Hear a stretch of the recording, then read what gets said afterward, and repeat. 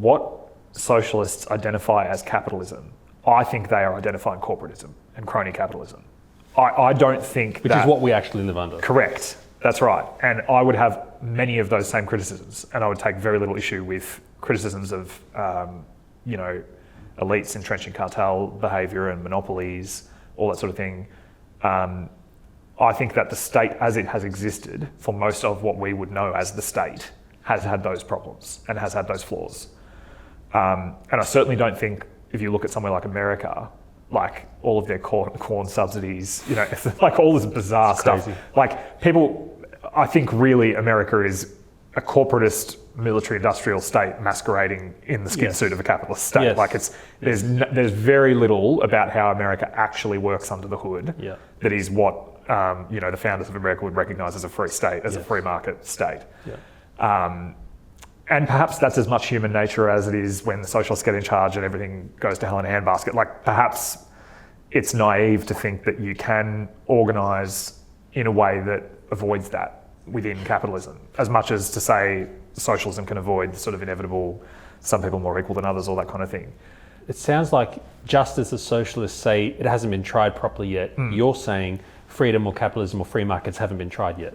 Yeah, I think that'd probably be, to be fair, I think that would be an accurate characterisation of what I'm saying. And I believe that much about our current system has to really change and be torn down and really challenged pretty vigorously. Because if you look at things like Woolies and Coles, for example. Yeah, that's a joke. It is, but it's a joke because your shop distributors alliance, like the union that is in those spaces, the big players in, Woolies and Coles, they essentially collaborate and collude with the regulator to make regulations that are a barrier to entry to smaller competitors. They're like, oh no, we're going to have all these regulations to make sure we tick all these boxes, and they're like, we can just treat that like a cost of doing business. Which is why Lido didn't come here.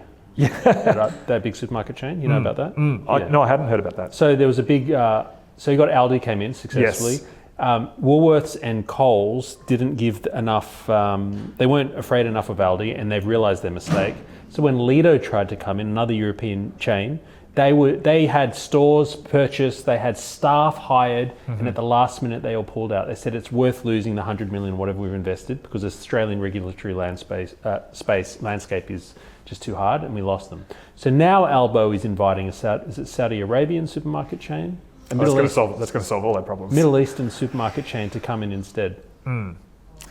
Yeah, and I think one interesting conversation I had with Jordan Vanderland, Purple Pingers, during the election campaign, and this was actually it was a really interesting exchange because we were kind of going back and forth on X at one point about inflation, and he was saying, corporate gouging is inflationary, and we ended up having this back and forth and then ended up continuing our conversation kind of in DMs.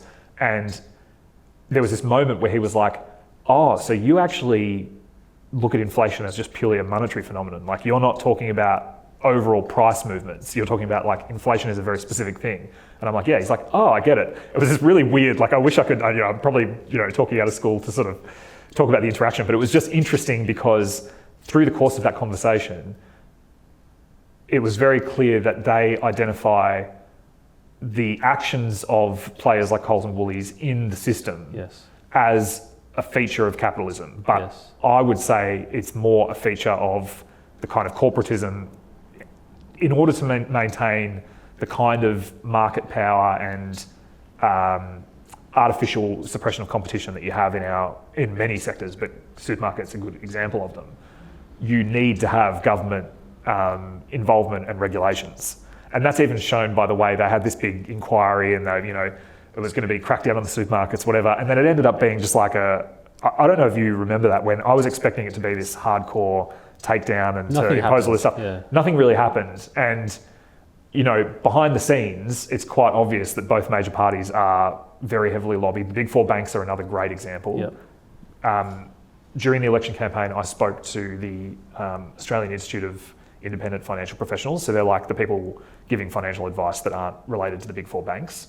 Because what most people don't realise is I think it's something like 50 or 60% of the financial advice market is white labelled entities that the big four banks control. Yes. So most of what you would see as, you know, financial advisors is actually the big four banks just with like sock puppets. And during the Hayne Royal Commission, which was the inquiry into banking malpractice basically, the big four banks between them to both major parties donated in excess of $500,000 each year that was going on. Like, it's insane. I did like a graph that actually showed the contributions from all four big banks to both major parties. So you've got a situation where this kind of behaviour and these kind of environments couldn't exist without the government. It's a function of government, often well-meaning, like wouldn't it be nice if this, wouldn't it be nice if that, creating these problems. And I think that's just like where it's the chicken egg thing of socialists see the behaviour and they say, look at how bad the system is that we call capitalism. But then I would look at the same behaviour and say, show me a monopoly or a cartel and I'll show you a government intervention that's enabled it.